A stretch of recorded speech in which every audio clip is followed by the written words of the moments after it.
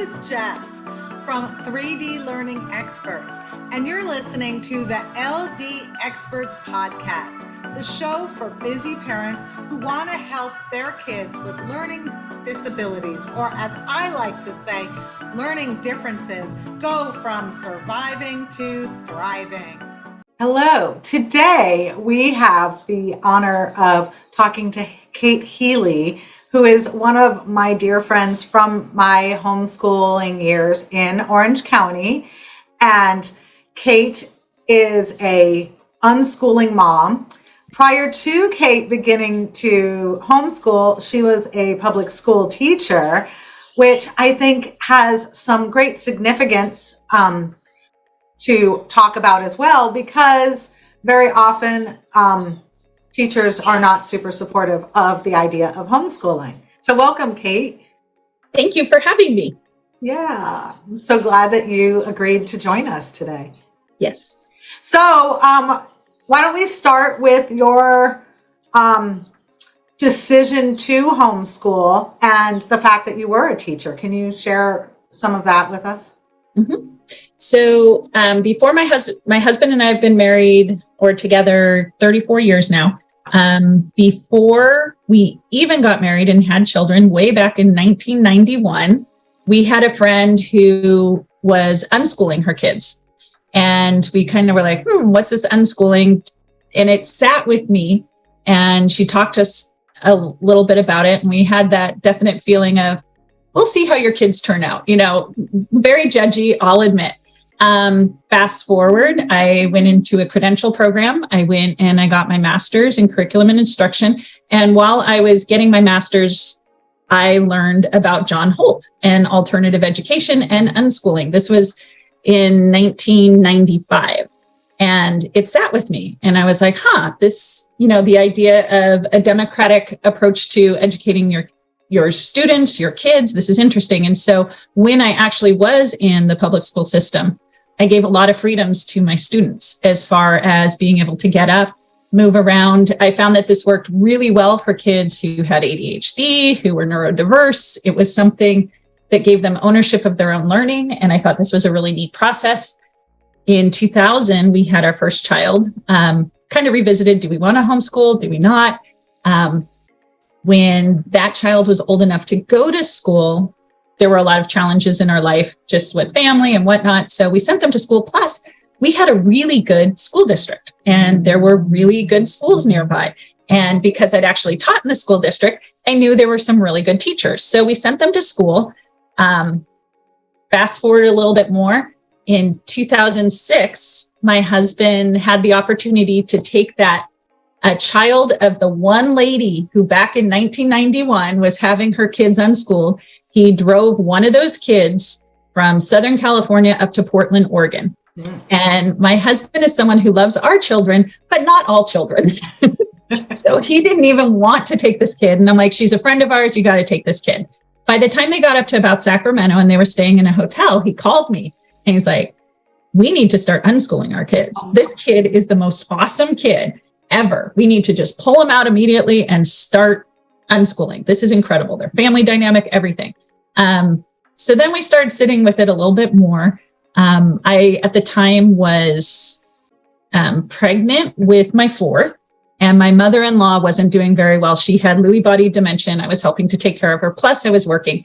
And I'm like, I can't homeschool right now. So she passed away in 2009. And we decided at that point to pull them out. And we went straight from public education to a full radical unschooling. We're diving in and not looking back.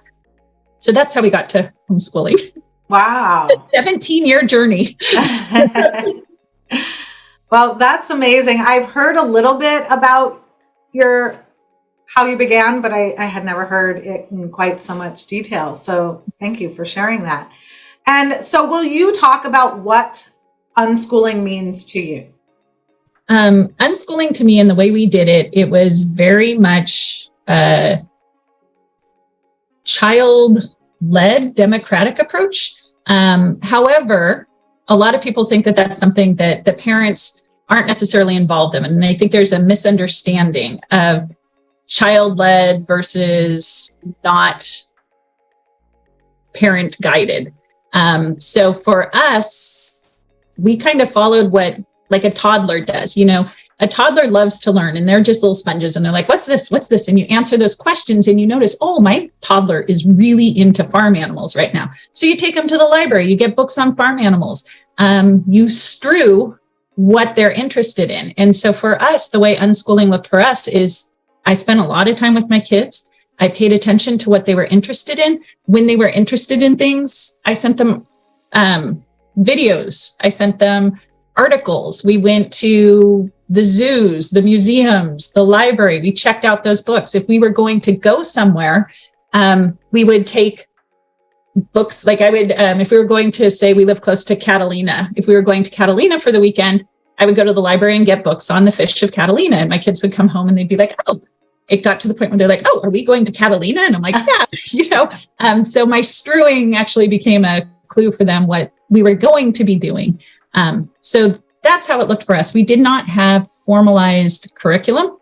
I didn't have a specific agenda that I wanted for them, with the exception of two things. We wanted them to learn how to read a book, and we wanted them to learn how to read music. Those were kind of our kids would learn how to read music and read books. And that's basically what we did. That didn't mean that when they got interested in something, even if it was something academic, we put them in classes if that's what they wanted. When they wanted to learn how to ice skate, we put them in ice skating.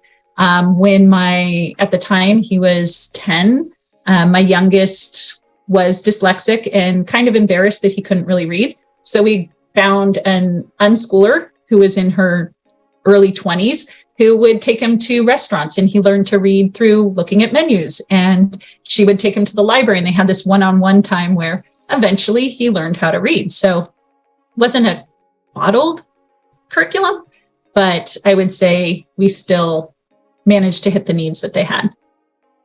So that's what it is. So why did you want them to learn to read music? So my husband's a musician as well in one of his side hobbies.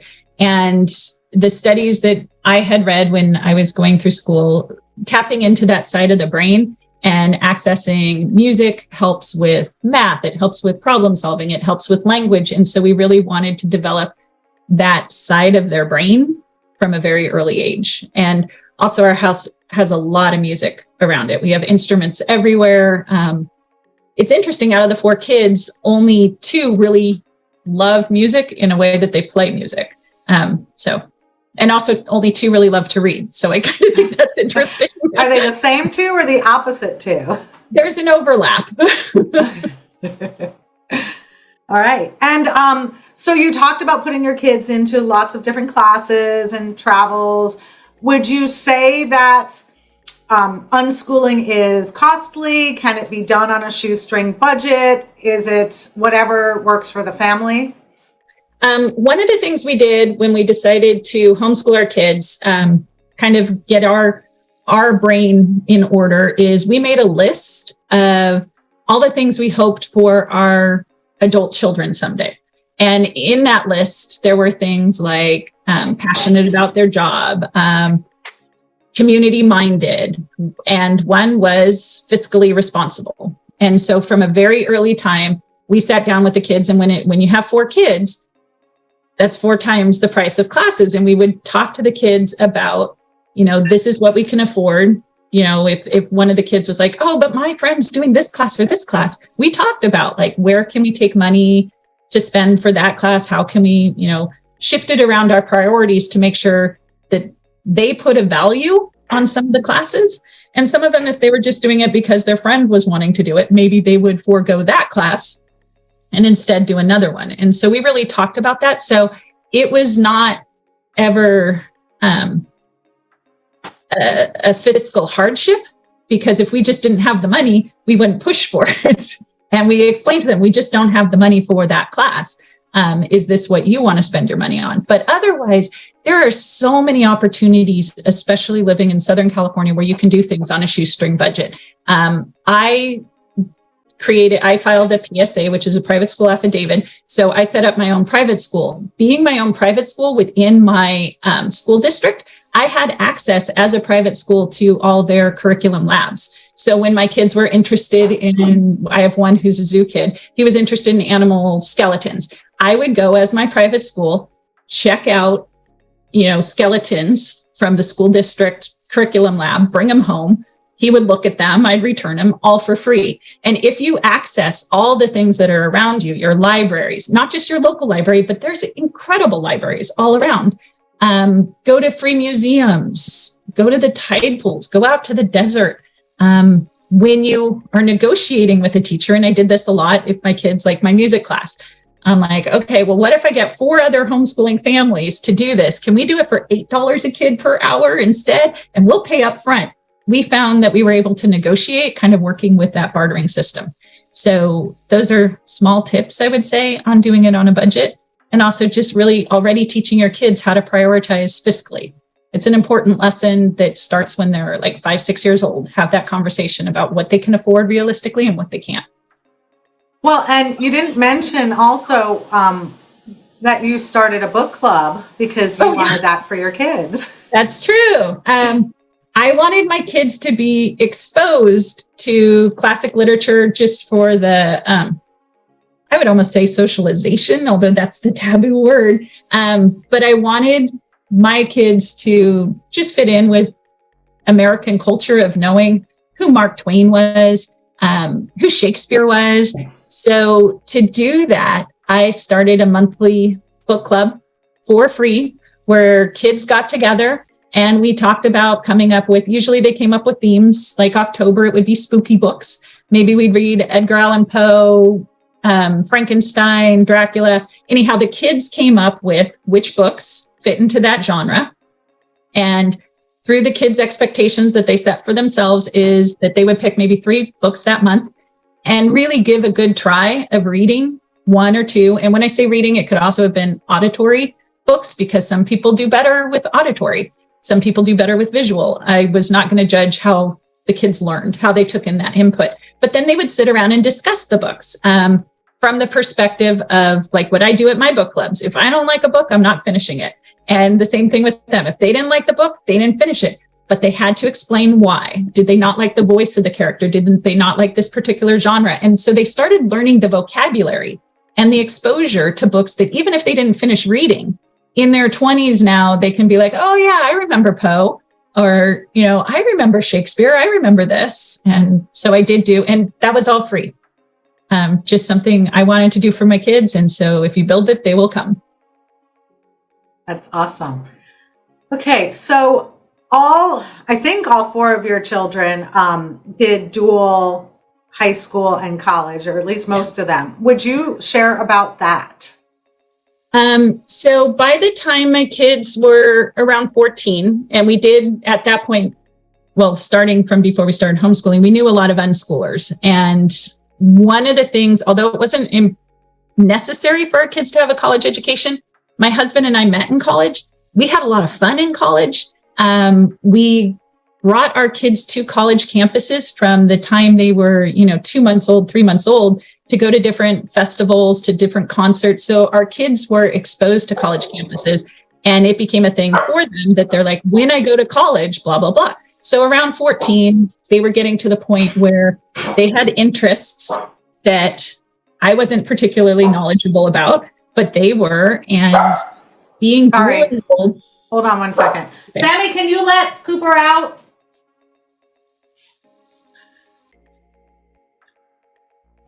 Okay, are we going back and we'll edit? Yes, please. So yes, my kids were dual enrolled. They, by the time they were around 14, they had shown interest in subjects that I wasn't particularly interested in or knowledgeable about. And being that they were at my private school and going to a community college, it's free, which goes kind of back to my husband and I's really responsible thing that we wanted to teach our kids is we're like, you can go to college and get 2 years for free while you're doing this. And so they like the idea of going for free. And they were interested in, I think the first class that my oldest took, so the first college experience was a media art class. They were interested in learning how to draw on the computer more. So that was their first class.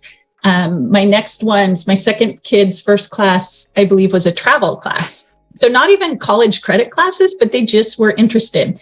Our kids had grown up being exposed to college campuses and recognizing that college campuses could be fun. So they just kind of had the idea of college is fun.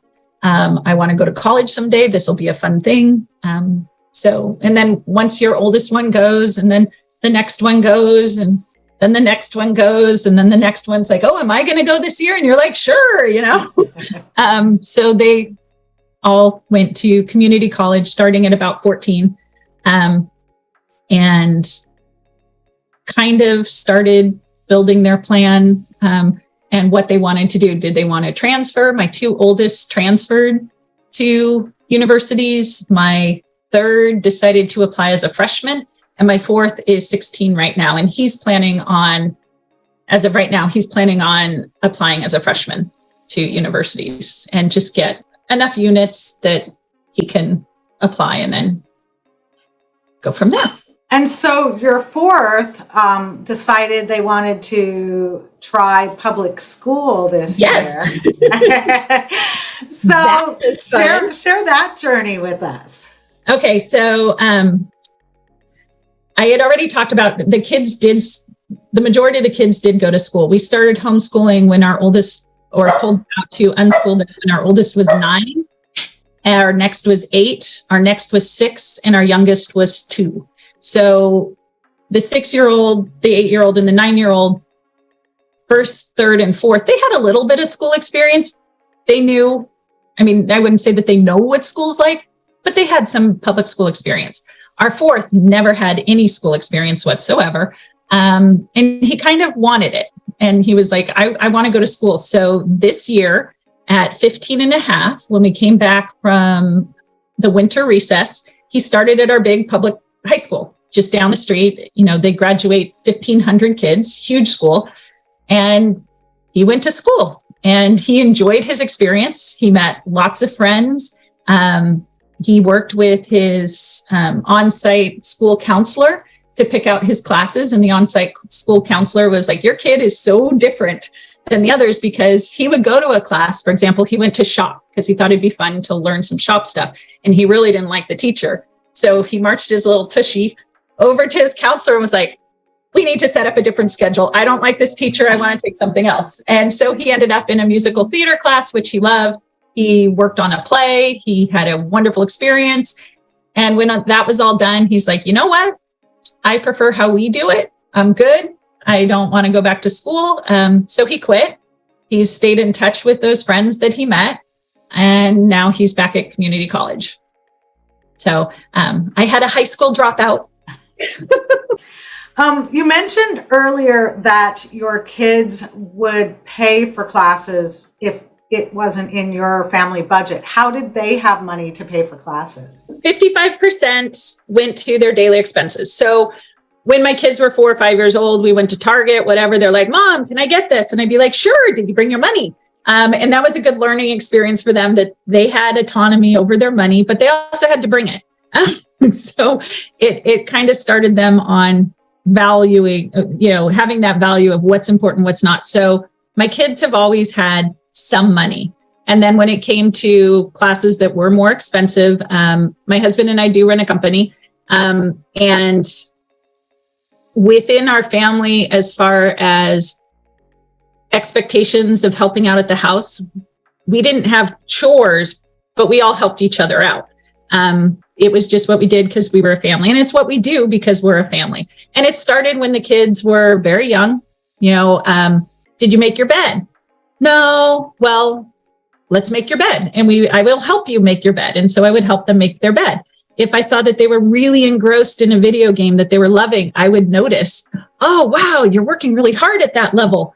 Do you have a chance to pause it so you can make your bed? And they'd be like, no, this is really important. And I'd be like, okay, I will help you today and I will make your bed for you. And we kind of established that as a family, we help each other, which 15 years later, I have to go to Idaho on work for the week. Can you help me by? And they're like, of course. It's just our expectation is what we did. If the kids wanted extra money, they would come to us and be like, I really want to earn this. How can I do this? And they would write up a contract or negotiate. I am going to wash the car for $20, or I am going to do this. They also, because we had a company, they had the ability to actually come into work. And what our kids did, and they still joke about it, is our business with every order sends a little Frito package of chips with a little cartoon attached. And so starting at, 7, 8 years old, they would go into work and they would staple cartoons to Frito bags, and they would get a little bit of money if they needed some big money to pay for. So they would negotiate specific jobs for money if they needed to. And so with those classes that were especially expensive, if they had the money, they would pay for them. If they didn't have the money, they would earn it. And then sometimes they would just ask for it too. Like in our family, the culture is I would rather give experiences than things. So for, birthdays, often they would get camps. They really want to go to a camp for their birthday. They got the camp. So that's how they would pay for their classes. I think it's really important how you set up a precedence, because trying to do that with a 12-year-old is a lot harder than establishing that from the get-go. Yeah.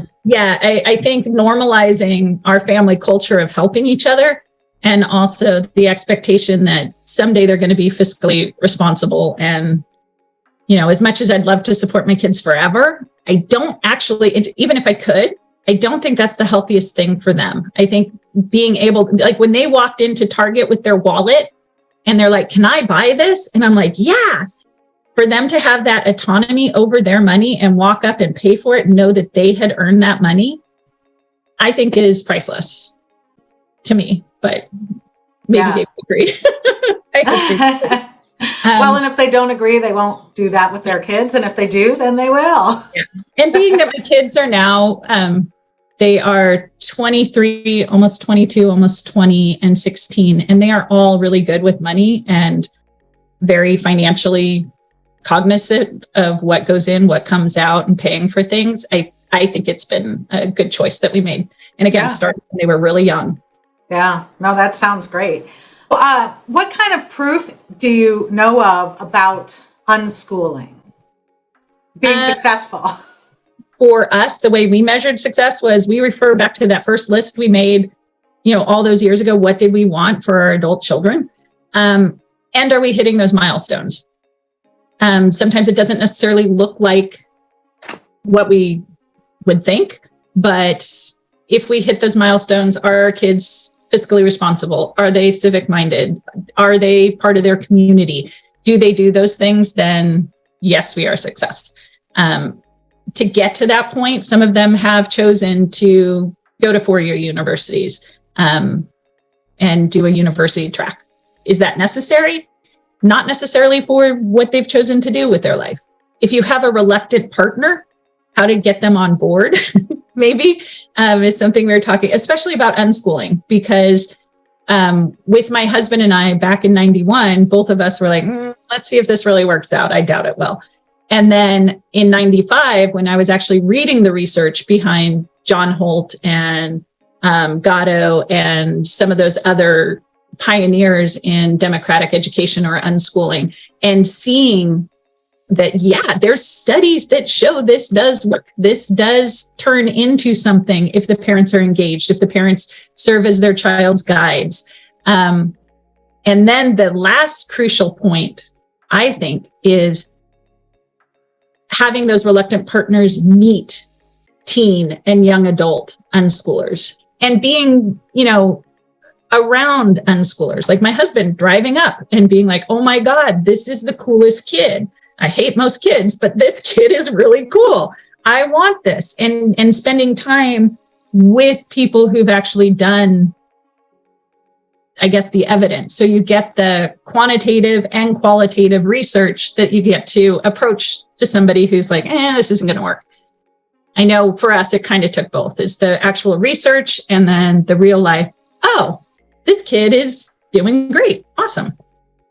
Which is part of the reason why I like to talk about unschooling and why I call myself an unschooler, and even radical unschooler, is because I want people to see that having trust in the system, or in the trust in the philosophy, and believing in your kids and serving as their guide can work. There's nothing that will hold you back or limit you or your child if that's what you want to do.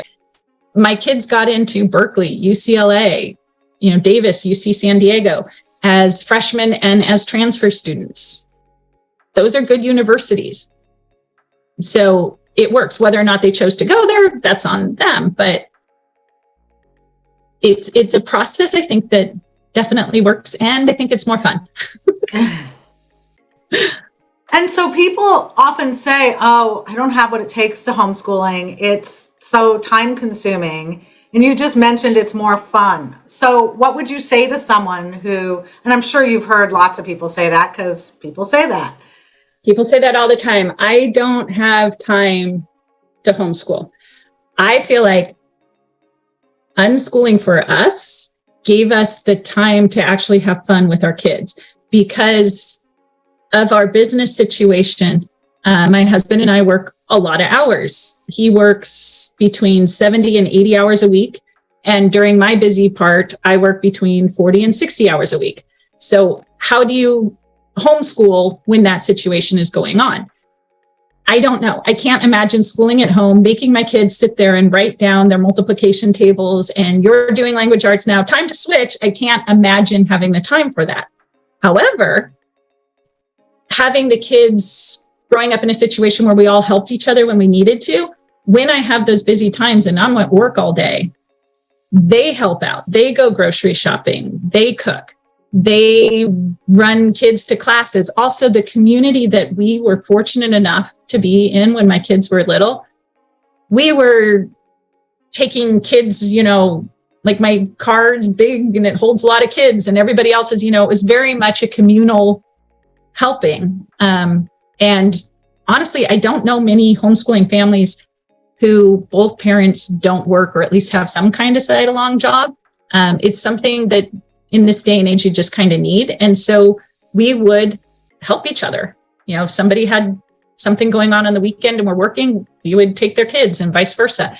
At least when they were little, before they were driving. But then once the kids got older, my kids were driving each other around and helping out in that way. As far as making the time, it was a lot easier for us with our busy schedules to just look at our company's timeline, and then everything else revolved around it. Instead of one person in preschool, one person in elementary school, one person in middle school, one person in high school, me having one job, my husband having another job, and literally having 6 different calendars that we were all trying to figure out. We just had one. We had the company's calendar. And when it had a busy time, we just figured out like somebody to help with the kids or whatever. And then when we had less busy times, because there are times when I can take 3 weeks off and just do everything remotely, we would invest in those 3 weeks. And we were big couch surfers, my kids and I. We enjoyed going up and visiting friends and sleeping on couches and traveling, or even for work. If I had to go meet with a salesperson out in the field in Vegas, I'd bring the kids. They would stay at the hotel for the couple hours where I was out in the field. And then I would hit up local homeschooling groups. Oh, are you having a park day? Can we join in? We're homeschoolers. And so we'd drop in on somebody's park day in Vegas, or we would go, New Mexico or Nevada, wherever I had to be, I'd bring them. If family was close by or friends from college, I'd hit them up and be like, oh, I'm going to be here. And again, my kids didn't mind staying at the hotel, hanging out in the room while I did my couple-hour business that I needed to do. And then we'd go off and have fun. So that's how I would say, as far as for us, that's how it looked. And I don't know how we could have homeschooled if we didn't unschool. Because also I wasn't setting out curriculum, as I mentioned. Instead, it's the kids learning. And I really feel like, and I kind of think this is important, my one goal really was to teach my kids how to learn. Once I showed them how to look up information, how to recognize a primary resource versus secondary resources, once I taught them how to learn, they could learn pretty much anything. And also they like to game, so they would game and things like that. And would you say other unschoolers had similar situations, or is yours unique? I think every family is going to be unique. I have met a lot of unschoolers who unschooled like us. My big mentor back in 1991, what she was doing with her family was very similar. She actually was a single mom for a long time and just focused on her work. And then the kids all kind of rotated around that. And so that gave her the flexibility and the time. One of the things too with unschooling that you really understand is learning doesn't take place Monday through Friday from 8:30 to 2:30. Learning takes place all the time. So if you have a job from 8:30 to 2:30, so be it. You can learn with your kids, or your kids can learn while you're gone if you teach them how to learn, but also go out and do things in the evening. If you get home at 4, instead of sitting and watching TV or something, go for a walk in your neighborhood, go for a drive, go look at the tide pools, wake up early and watch the sunrise. That's something that my kids and I have always done when we travel, is we like to see cities at different times. So we'll watch a city wake up, we'll watch a city go to sleep.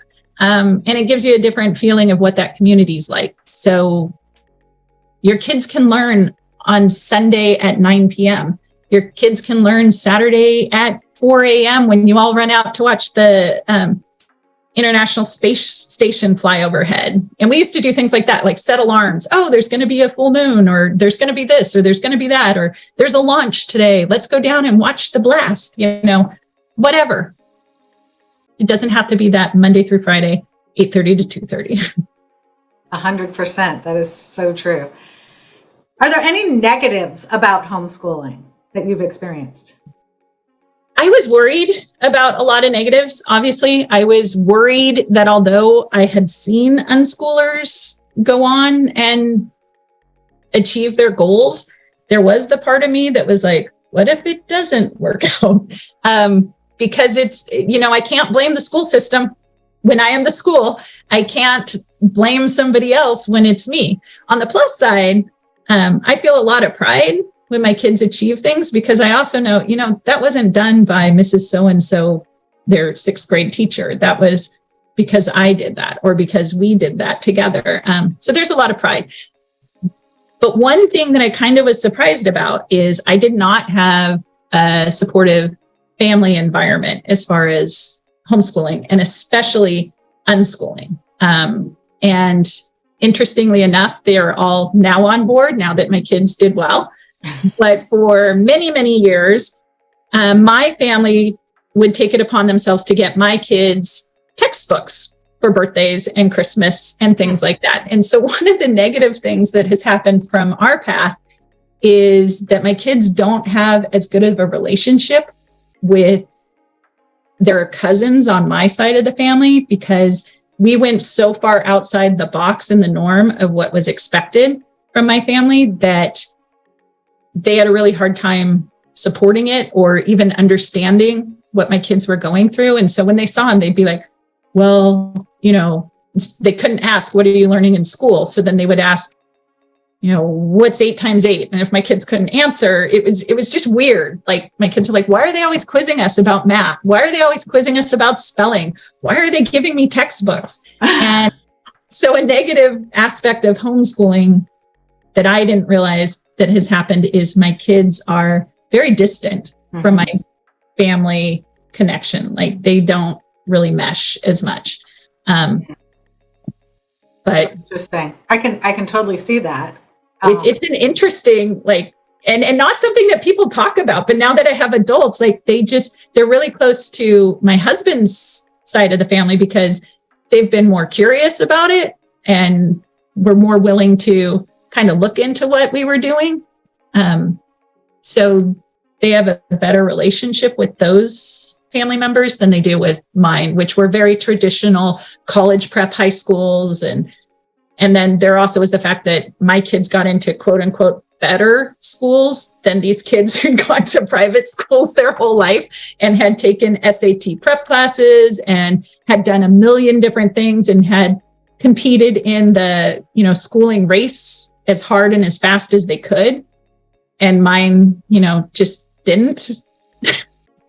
And I think that was a little bit of a hard pill for them to swallow, which was an unintended. I had no idea that would be a lasting result, is the relationship that my kids have with my side of the family is that's unfortunate. Yeah. And what would you say for new parents? Because we've all had to deal with family or friends who quiz our children when we say we homeschool. What do you recommend for parents to deal with that? I'm not sure, because it didn't work so good for me. But what I did, and again, it didn't work so good for me, is I kind of pulled my family aside and literally told my siblings, stop quizzing my kid at the table at holidays about math. And they're like, but isn't it fun? I'm like, no, it's not fun for them. They don't enjoy this. Maybe your kids love a good learning app where they're like answering questions. Mine don't. So I don't know, but stay fast and true. My advice would be stay fast and true to your path and your goal. Like I said, that list we made of what we hoped for our adult children, we have referred back to many, many times. And we knew what our goals were. We knew what was working for our family. And then we surrounded ourselves with community that was supportive, that my kids had mentors who were unschoolers, 5-10 years older than them, and saw the path that they had taken. Also that my kids were around younger unschoolers and kind of saw that community and that family dynamic and culture that we wanted for them. So I wouldn't necessarily say that they are chosen family, because you still have your family, but it's definitely a community, an intentional community, I would say, is what we surrounded our kids with, who affirmed them in what they were doing was super awesome. Not typical, but not crazy either. Thank you so much, Kate. You have given us so much amazing information and insight into your life and your family and your education. And I really appreciate you taking all that time to share with me and our listeners. Thank you for having me and getting a little glimpse into my weird world, I guess.